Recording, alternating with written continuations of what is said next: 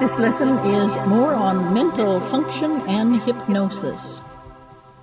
And the moderator quotes, "Ever since I can remember, I have been pondering the greatest and most apparent of all enigmas, which is a total and complete lack of understanding and comprehension of what life is.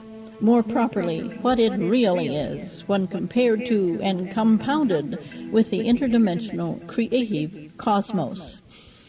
This apparent enigma is made even more contradictory when it can be seen that literally millions of people lead what are apparently normal lives from the cradle to death, enjoying some affable state of affluence with their society, and without the slight knowledge of the ever-present, always working life principles which not only make life possible, but are life itself."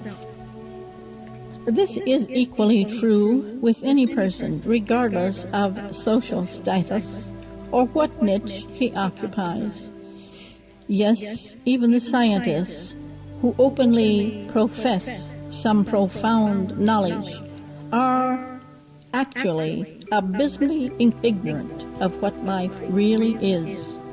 And I am speaking from a fourth-dimensional comparative consensus. Even in their more highly developed or recently acquired sciences, proponents are quite ignorant of origins and instigating or propelling and sustaining forces. Just recently announced another new discovery, a so-called secret of life. Science has synthesized an enzyme molecule which still mysteriously seems to control the metabolism of the human body.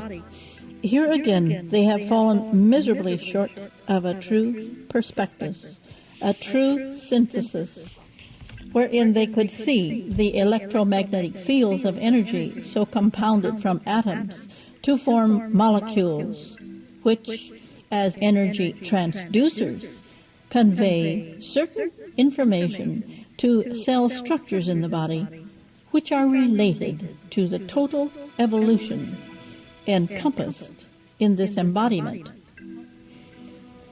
In the net sum and total of third-dimensional human knowledge, man has classified it into many groups and called it by many names, but never, as of yet, has he correctly classified or named this knowledge as the electromagnetic inductive process, or if you wish, electrophysicists, and even electrodynamics.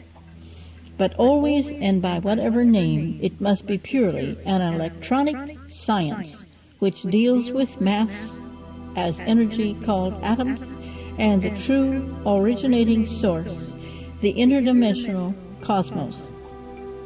One of the most solvent aspects in the human enigma, one which lies closest to the interdimensional prospectus and which is all-inclusive, could be called a hypnosis. During the last decade, there has been a tremendous resurgence and public emphasis in hypnosis, and for some years, various communications have been relaying to the public a tremendous activity in this field. In fact, so great has this resurgence of hypnosis been that almost everyone became interested and may have either in one way or another dabbled in this mysterious practice. At the present time, it has fortunately been taken up constructively by different branches of the medical profession. In dentistry, some operating techniques, it is used as an anesthesia. In obstetrics, it is being most successfully applied to the operation of almost painless childbirth. Also, it is being used in one form or another in certain educational procedures, sleep teaching, and so forth. Now, there really isn't anything mysterious about hypnosis. a term derived from the Greek word hypno, meaning sleep. Most people would be very surprised to learn that their entire lives from conception to death is merely a system of autosuggestive practices called hypnosis. For example, going to sleep at night is a self-induced hypnotic trance, and along this same line of thought, all other practices and habits of life can be most properly called autosuggestive hypnotism or self-hypnosis. And your very life depends upon whether you can or cannot accept or reject autosuggestions according to certain thought patterns which you have developed in your evolution. Many years ago, over 200, a man named Mesmer developed one of the first concepts and practices of hypnosis, and at that time almost everyone in Europe, from the crowned heads down to the humble peasant, became interested in this mysterious practice.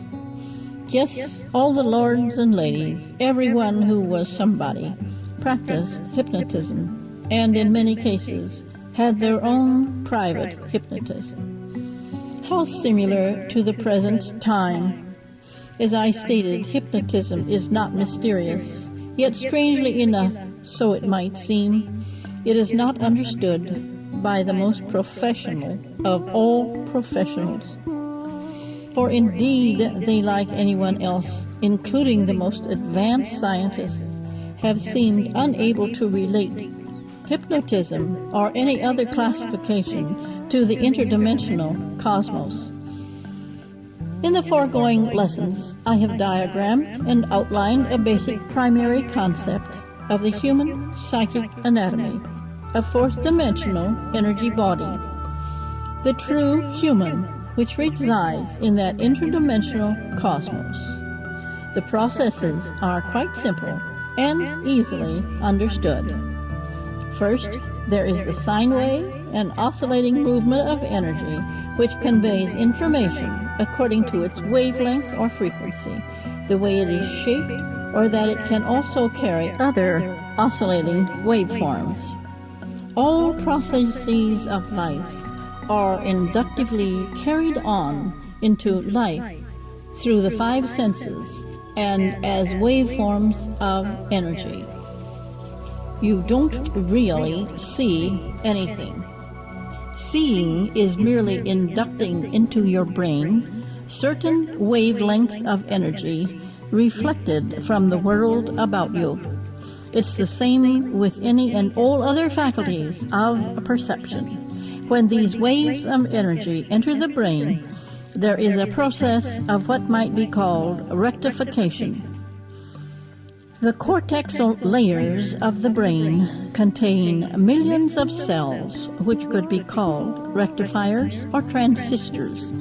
Some years ago, science discovered that selenium, a rare metal, could conduct electrical energy in one direction but would not conduct in reverse. So they made a thin sandwich using two metal plates with a very thin filling of selenium. Thus they had a rectifier. An up and down oscillating wave of energy would enter one side and come out the other side, all straightened out. Something like taking the kinkly curl out of hair. Selenium is composed of tiny crystals so arranged that their internal and external surfaces are conductive to energy in one direction only. Germanium, another metal, has the same property. Your brain cells are, to some degree, analogous to this rectifying process. Electrical waveforms entering into the brain cell are changed in their frequencies. Also, there is a certain perviance in a brain cell. That is, it retains for a very small split fraction of a second the net sum and total of the total information. In this respect, A brain cell, then, must build up and discharge this information, which it does about the rate of 20 times per second. The discharge of these newly reformed energy waves then enter into the subconscious portion of the psychic anatomy. There, through frequency, they are sorted, so to speak, with other waveforms, energies which were inductively incorporated at other times.